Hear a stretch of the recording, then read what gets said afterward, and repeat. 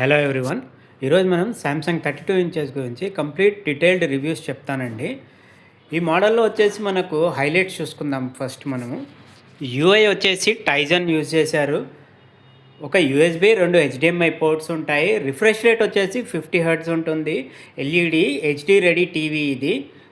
ఈ ప్రోడక్ట్ కనుక బై చేయాలంటే డిస్క్రిప్షన్స్లో లింక్స్ ఇస్తాను, అక్కడ నుంచి బై చేయొచ్చు. ఇది ప్యాకింగ్ చాలా నీట్గా ఇచ్చారండి. కవర్ ర్యాపింగ్తో చాలా మంచిగా అనిపించింది. మనకు వచ్చేసి ఇది మెటల్ స్ట్రాల్ డిజైన్ అండి. కంప్లీట్ మెటల్ ఫినిష్తోను మరియు మెటల్తోనే వచ్చిందండి. Back side pan body 2 speakers ఉంటాయి. 1+1 20 వాట్ సౌండ్ అవుట్పుట్ ఉంటుంది. సౌండ్ క్వాలిటీ కూడా చాలా బాగుంది. ఇది మనకు సైడ్ వ్యూ చూపిస్తున్నానండి. మనం వాల్కి ఫిక్స్ చేశాక మనం ఈజీగా పెన్ డ్రైవ్ కానీ సెటప్ బాక్స్ కానీ ఈజీగా మనం ఇన్పుట్స్ అన్నీ యూస్ చేయవచ్చు, ఎటువంటి ఇబ్బంది లేదు. టీవీ ఆన్ చేస్తున్నాను. ఇది HD ready 32 inches smart TV. OS వచ్చేసి టైజన్ యూజ్ చేశారు. హైలైట్స్ వచ్చేసి హెచ్డిఆర్ ఉందండి. ఇది కాంట్రాస్ట్ని బ్రైట్నెస్ని ఎన్హాన్స్ చేసిస్తుంది. ఇందులో ఎండ్లెస్ కంటెంట్ అని ఒక 100+ మనకు ఇంటర్నేషనల్ మరియు నేషనల్ ఛానల్స్ ఇచ్చారు. అదేవిధంగా మన తెలుగుకి వచ్చేసరికి TV9 Telugu, ETV Telugu news కూడా ఇచ్చారండి. ఇందులో ఓటీఎస్ లైట్ అని ఇచ్చారండి, ఆబ్జెక్ట్ ట్రాకింగ్ సౌండ్ లైట్. ఇది వచ్చేసి మనకు ఆబ్జెక్ట్ లెఫ్ట్ నుంచి రైట్కి లేదా రైట్ నుంచి లెఫ్ట్కి మూవ్ అయినప్పుడు సౌండ్ కూడా ఆబ్జెక్ట్ని ఫాలో అవుతుంది. స్మార్ట్ థింగ్స్ కూడా యూస్ చేయొచ్చు. అంటే ఒక యాప్ ద్వారా మనము ఇంట్లో ఉన్న మన రిలేటెడ్ శాంసంగ్ స్మార్ట్ డివైజెస్ ఏమన్నా ఉంటే కంట్రోల్ చేయొచ్చండి. ఈ రోజులలో హ్యాకింగ్ బాధ ఎక్కువైపోయింది కాబట్టి శాంసంగ్ నాక్స్ సెక్యూరిటీ సిస్టమ్ని యూజ్ చేశారు.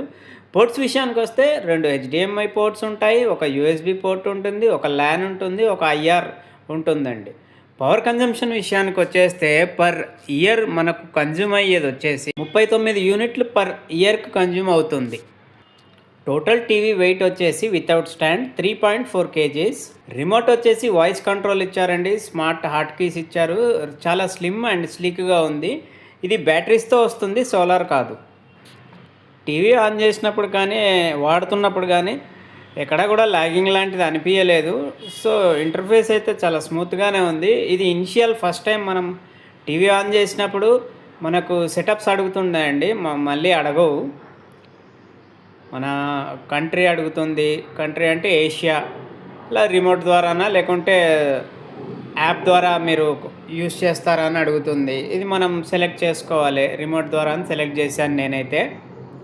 మనకు ఏదైనా ఇన్పుట్స్ ఆల్రెడీ పెట్టి కనుక ఉంటే సెటప్ బాక్స్ లాంటివి సెలెక్ట్ చేసుకోవచ్చు, తర్వాత అయినా యూస్ చేయొచ్చు. వైఫై కనెక్టివిటీ ఉంటే మనం డైరెక్ట్గా ఇక్కడ నుంచే వైఫై ఇచ్చేయచ్చు. ఏదన్నా అప్డేట్స్ ఉంటే ఆటో అప్డేట్ అయిపోతుందండి.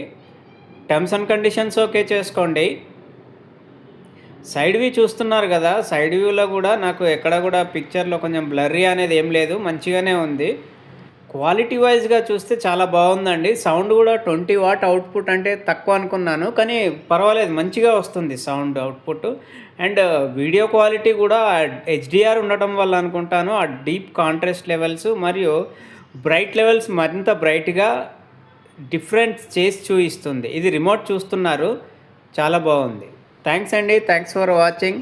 మరిన్ని వీడియోస్ కోసం మన ఛానల్ని లైక్ చేయండి, షేర్ చేయండి. ఈ ప్రోడక్ట్ కనుక నచ్చితే మీరు మన లింక్ ఇచ్చాను డిస్క్రిప్షన్లో, అక్కడ నుంచి బై చేయండి.